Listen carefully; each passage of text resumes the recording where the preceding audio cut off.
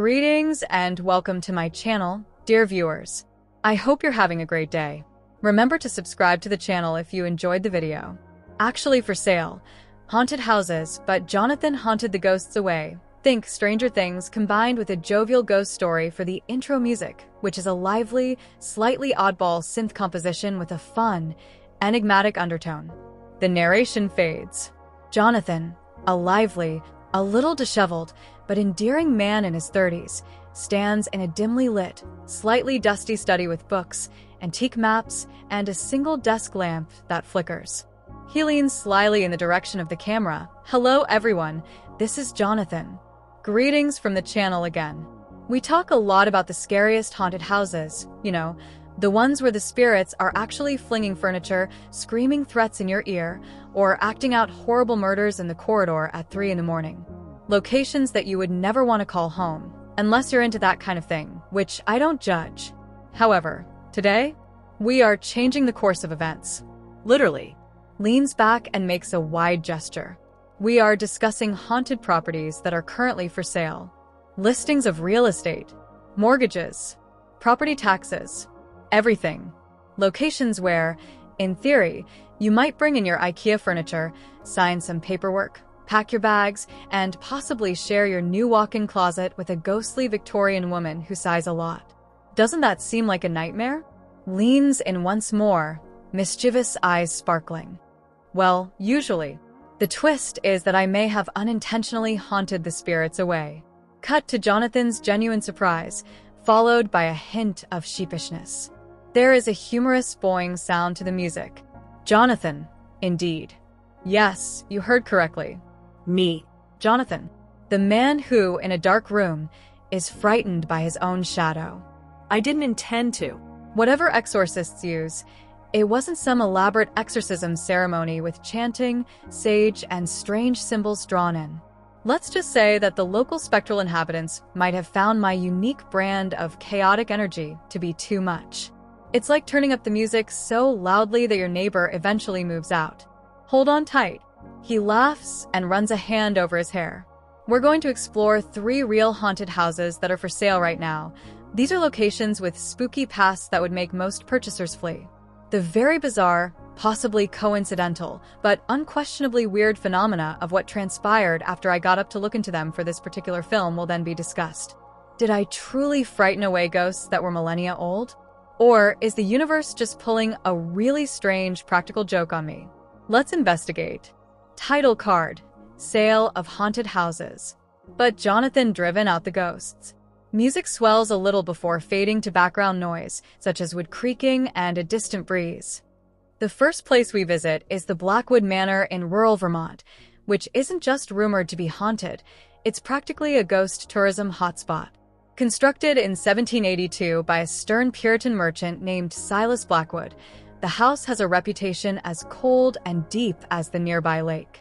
Jonathan, walking through a slightly overgrown garden, camera following. It takes place in the misty, history-soaked hills of New England.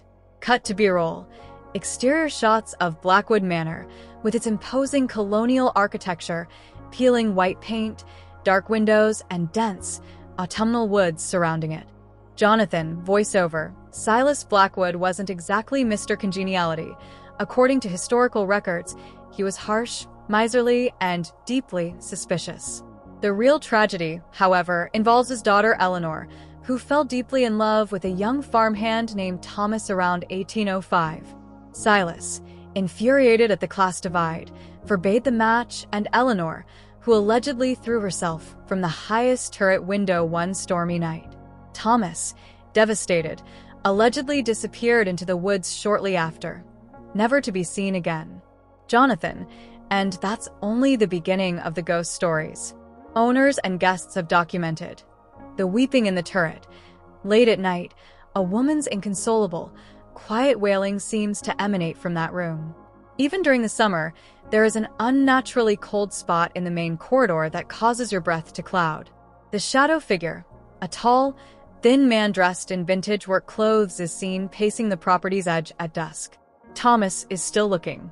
The locked door, Eleanor's old room's door, is supposed to lock itself from the inside, regardless of how many times you unlock it from the outside. He takes out a tablet and displays a screenshot of a real estate listing. And yet, here it is. Listed for $425,000, which is fairly affordable. The description of the listing? Asterisk, they don't mention the tiers. Asterisk, charming historic fixer-upper with unique character and potential. Needs TLC. Seller motivated. Or the area that is frigid. Or the fact that the unique character might include a resident ghost. The voice of classic real estate. Jonathan inhales deeply and pretends to be brave. Correct. It's time to check if Thomas and Eleanor are open to guests. And perhaps you'll unintentionally irritate them enough to let them go. Changeover. Jonathan carefully opens the hefty front door. The air within is silent and heavy with dust. Sunlight shines on floating motes through dirty windows. The mood is gloomy and expectant. Jonathan. All right, Blackwood Manor. He whispers, almost to himself. Let's do this. Eleanor? Thomas? Simply going by. Creating a video. No huge deal. Don't manifest anything awful, please. Or do. Regarding the content? Not too unpleasant, though. He moves down the main hall at a leisurely pace. Despite the pleasant weather outside, the camera focuses on his breath clearly fogging in the air, the notorious chilly spot. Jonathan, shivering woe. Well, that's real. It's like a walk-in freezer. It's spooky right here in the midst of the corridor. He approaches the base of the steps leading to the turret. He pauses, listening. Absolute silence. Jonathan. Usually, they say you hear the crying just about. He takes a step up the first stair. A loud, sharp creak resonates through the silent house. Jonathan jumps. Now. All right, only the stairs. Old home. Completely typical. He goes up more carefully. He comes to the door of the turret chamber, which is slightly open. He slowly pushes it open. Eleanor's room. With the exception of cobwebs and dust, the room is barren and vacant. The huge window overlooking the woods lets in moonlight, or the late afternoon sun. After surveying the area, Jonathan moves to the window and peers out.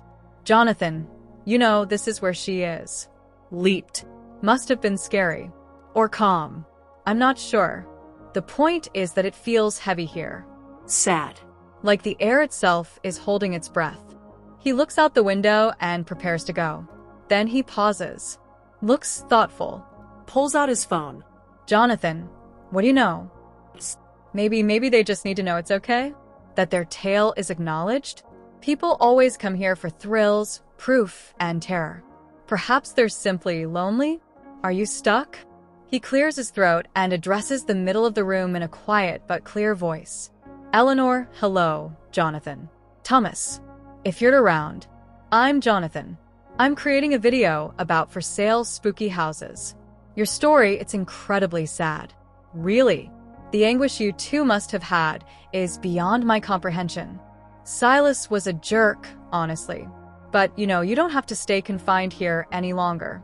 The world has changed. Perhaps it's time to let go? Find some tranquility? Something like a lovely ghostly meadow is probably waiting for you. Or, I don't know, ghost bingo night? The point is that people remember you. Your story has been told. However, perhaps you don't have to haunt this drafty old house any longer? His smile is hopeful and a little uneasy. A beat passes. Quiet. The cold spot in the downstairs hallway appears to be less severe. Or does that just exist in his head? Jonathan. Correct. Okay. That was oddly therapeutic? For me, anyway. Sorry if that was presumptuous. Continue or not continue. Whatever suits you. Gently closing the door behind him, he retreats from the room. The stifling hush seems to lessen as he makes his way down the steps. Cheaper? He mutters and shakes his head. Jonathan. All right, Jonathan. You sound like a crazy person speaking to ghosts. Before I start serving them ghostly tea, let's leave. Cut to Jonathan outside. Back in the garden, breathing deeply. The late afternoon sun feels warmer. Jonathan, facing the camera with a sincere, perplexed expression that was strange. I wasn't particularly afraid. Simply put, I'm depressed. Then, strangely, as if I had done something? As though I had cleared something? However, that is absurd. Ghosts don't just pack up and leave because some random YouTuber gives them a pep talk about moving on, right? He notices a notification when he checks his phone. His eyes enlarge. Jonathan, please wait a moment. He taps his phone and opens a paranormal research site he follows. The local ghost hunting organization lives for Blackwood Manor, and there's a post. I think it was posted an hour ago. Incredulous urgent update. Blackwood Manor activity cased while I was asterisk inside reading aloud. Just now, we were getting ready for our weekly vigil. The hallway's cold spot? Lost. Temperature that is quite normal. For half an hour, we listened in complete quiet at the turret door. No sobs, no whispering, nothing. We verified the EMF meters, baseline. The house seems to be completely uninhabited. Has anybody else observed this? What occurred was that Jonathan kept staring at the phone, then the house, and finally the phone again. His expression changes from one of absolute incredulity to one of slow, dawning comprehension.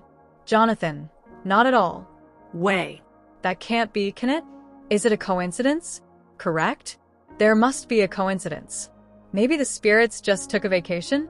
Yes. That's all. Completely typical ghost behavior. Taking an impromptu ghostly vacation. He makes a wobbly-sounding laugh. As the music swells a little with a note of mystery, the camera stays on his puzzled face. Transition, travel music that is lively and a tad faster. Cut to Jonathan traveling down a sandy road in the south while passing palm plants. Jonathan, voiceover, sounding more enthusiastic, but still slightly unnerved asterisk okay. Vermont weirdness aside, let's move south. Way down south. To Savannah, Georgia, and its steaming streets covered with Spanish moss. There is a lot of restless energy and Southern Gothic appeal in our next haunted house for sale. Introducing the Magnolia House B-roll. Exterior views of Magnolia House, a stunning, slightly dilapidated antebellum estate featuring a wraparound porch, stately columns, and old live oaks covered in moss. The vibe is exquisite but gloomy. Jonathan, voiceover. When Magnolia House was built in 1835, it was the pride of Alastair Thorne, a wealthy cotton trader. The Thornes were a Savannah aristocratic family that hosted extravagant dinners and balls, but underneath the glitz and glitter were secrets, tragedy, and, rumor has it, a very irate ghost. Jonathan. According to the story, Alastair's wife, Beatrice, found out that he was having a long-term affair with a young enslaved woman named Clara. Heartbroken and humiliated, Beatrice confronted Alastair during one of his notorious parties. In a fit of rage, let's just say the confrontation ended with Beatrice falling down the grand staircase to her death. An accident was officially declared, of course, but everyone knew. Leaning closer, he lowers his voice and says, Clara, fearing revenge, ran away into the night and was never seen again. But Beatrice? She never left. Her spirit is said to be vengeful, furious, and very, very present. And yet here it is. Pulls out tablet, shows listing it is listed for $895,000. The synopsis? Asterisk stunning historic Savannah gem. Original heart pine floors, ornate plasterwork, grand staircase. Perfect for restoration. Asterisk once more. The malevolent ghost who supposedly hate the magnificent staircase is left out. Or your trailing chilly areas. Or the ethereal cries of fury that filled the ballroom. Jonathan squares his shoulders and gets to his feet. Correct. Thorne, Beatrice. An angry ghost. Got it. Avoid upsetting the irate ghost. Easy enough. Most likely. Transition. Inside Magnolia House. The air is dense and still. Light seeps through thick curtains. The massive staircase looms. Jonathan whispering, All right, Beatrice. I'm a huge admirer of your, passionate energy. I'm just here to look. In particular, I'm impressed by the staircase you supposedly died on. It's solid. You'd think it would be slippery or something. I'm not passing judgment. As he enters the ballroom, the temperature visibly drops. He carefully avoids staring at the stairs for too long. Jonathan, yes, cold spot. Check. Feels angry, like the air is crackling. Not good. From the direction of the kitchen, Jonathan hears a faint, high-pitched sound that sounds like a teacup rattling on a saucer. Jonathan, well, that's new. It's not in the reports. Usually it's footsteps or shrieks. Teacup rattling? Is she holding a phantom tea party? Angrily, he cautiously approaches the kitchen doorway. Peers in. An old, delicate porcelain teacup sits alone on the counter. It's vibrating slightly, making a faint chime. Jonathan, whoa. Okay. Hi, Beatrice. Nice cup? Very vintage? Look, I get it. You were wronged. Badly. Betrayed by your husband, humiliated in front of all your fancy friends.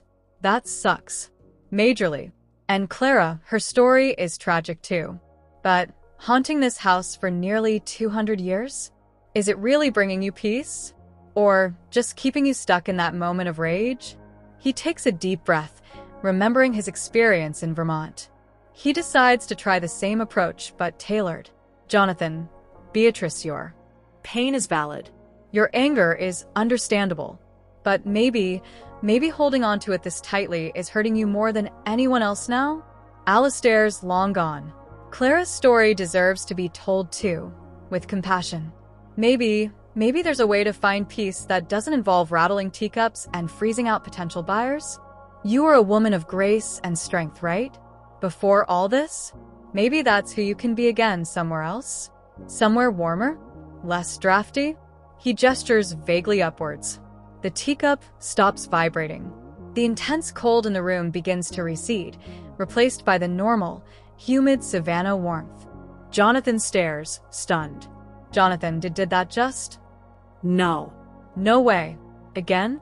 He quickly pulls out his phone, checks the same paranormal forum. Another notification.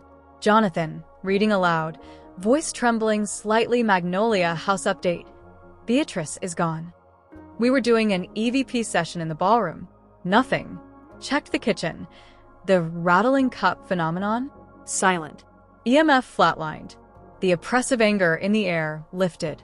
It just feels empty, like a beautiful, sad, empty house. What in the name of all that's holy happened today? Jonathan slowly lowers his phone, looking around the now quiet, warm kitchen. He runs a hand over his face. Jonathan, okay, this is not coincidence. This is pattern. A very, very weird pattern. I talk to the ghosts nicely, tell them maybe it's time to move on, and they actually leave? Am I a ghost therapist? A spectral life coach? This is insane. Jonathan, what have I done? Transition. The music changes to something more dramatic, a little menacing. Cut to Jonathan arriving at a remote, windswept location, the California coast. Jonathan, voiceover, sounding more serious, almost apprehensive. Our final stop is pure, unadulterated terror. We're heading to the infamous Whispering Pines Lodge, which isn't just a haunted house. It's a haunted hotel that is now a private residence for sale, and its history is dark. B-roll. Outside views of Whispering Pines Lodge, a sizable, remote wooden building that is perilously perched on a cliff edge and is beaten by ocean winds. The fog rolls in dramatically, creating a bleak and ominous atmosphere. Jonathan, voiceover. Originally constructed in the 1920s as a retreat for wealthy eccentrics, Whispering Pines first gained notoriety in the 1950s when it was owned by a reclusive artist named Elias Vance. Vance was obsessed with the occult and allegedly carried out experiments, not scientific ones, but ones involving rituals, dark energies, and attempting to communicate with entities best left undisturbed.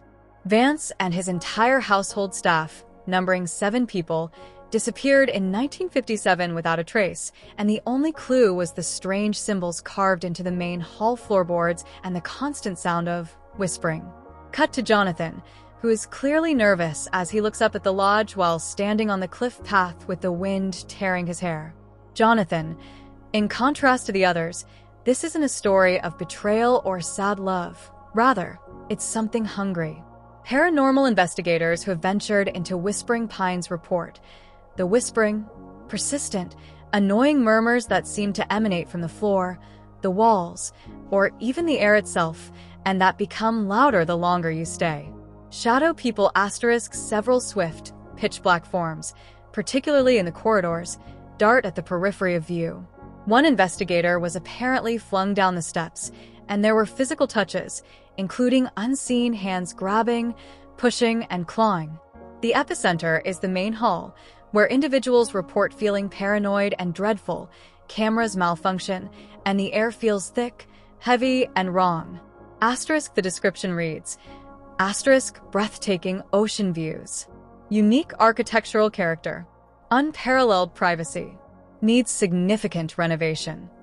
Asterisk unique character is doing a lot of the heavy lifting here, and asterisk unparalleled privacy most likely means no one will hear you scream. The tablet even displays the listing, which is for $1.2 million. Jonathan steels himself by taking a deep, steadying breath. Correct. Vance Elias. Rituals of darkness. Entities that are hungry. Whispering. This feels a little odd. Risky. Beatrice was furious and Eleanor was depressed after my little ghost pep talk. But what would you say to this? Hey, shadow people. Maybe try a nice walk on the beach instead of trying to push me off a cliff? Think about your life choices. He shakes his head, letting out a nervous laugh. This is probably a terrible idea. But the pattern. I have to know. At first, the air is thick, cold, and utterly silent. Too silent. Jonathan moves cautiously, the flashlight beam cutting through the gloom. Jonathan, whispering, voice tight with tension. Okay, main hall. Here goes nothing. Or everything. Elias? Entities? Whispery guys. Look, I know you're busy, dear. Whispering. And shadow darting. And whatever else you get up to. But this place? It's toxic. For you, and for anyone who comes here. Whatever Vance did, it trapped you here, tied you to this negative energy. It's not peace. It's to prison. For everyone. He pauses, gathering courage. Jonathan, I don't know who you are or what you want, but clinging to this anger, this hunger, it's eating you up and it's frightening the living daylights out of everyone else. Perhaps there's another way, somewhere where you can just be, without the pain, without the rage? I don't know the answers, but maybe you don't have to stay asterisk here. As he speaks, the silence grows, and then, faintly at first, the whispering begins. Hundreds of voices, overlapping, indistinct, seemingly coming from all directions. Jonathan flinches, but maintains his ground.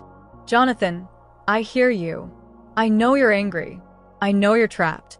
But just think about it. Letting go. Finding something else? He closes his eyes for a moment, trying to project calm rather than fear. The whispering changes. It doesn't get louder or angrier. It seems to soften, become less chaotic, more like a sighing wind. The oppressive weight in the air starts to gradually lessen. The cold goes away.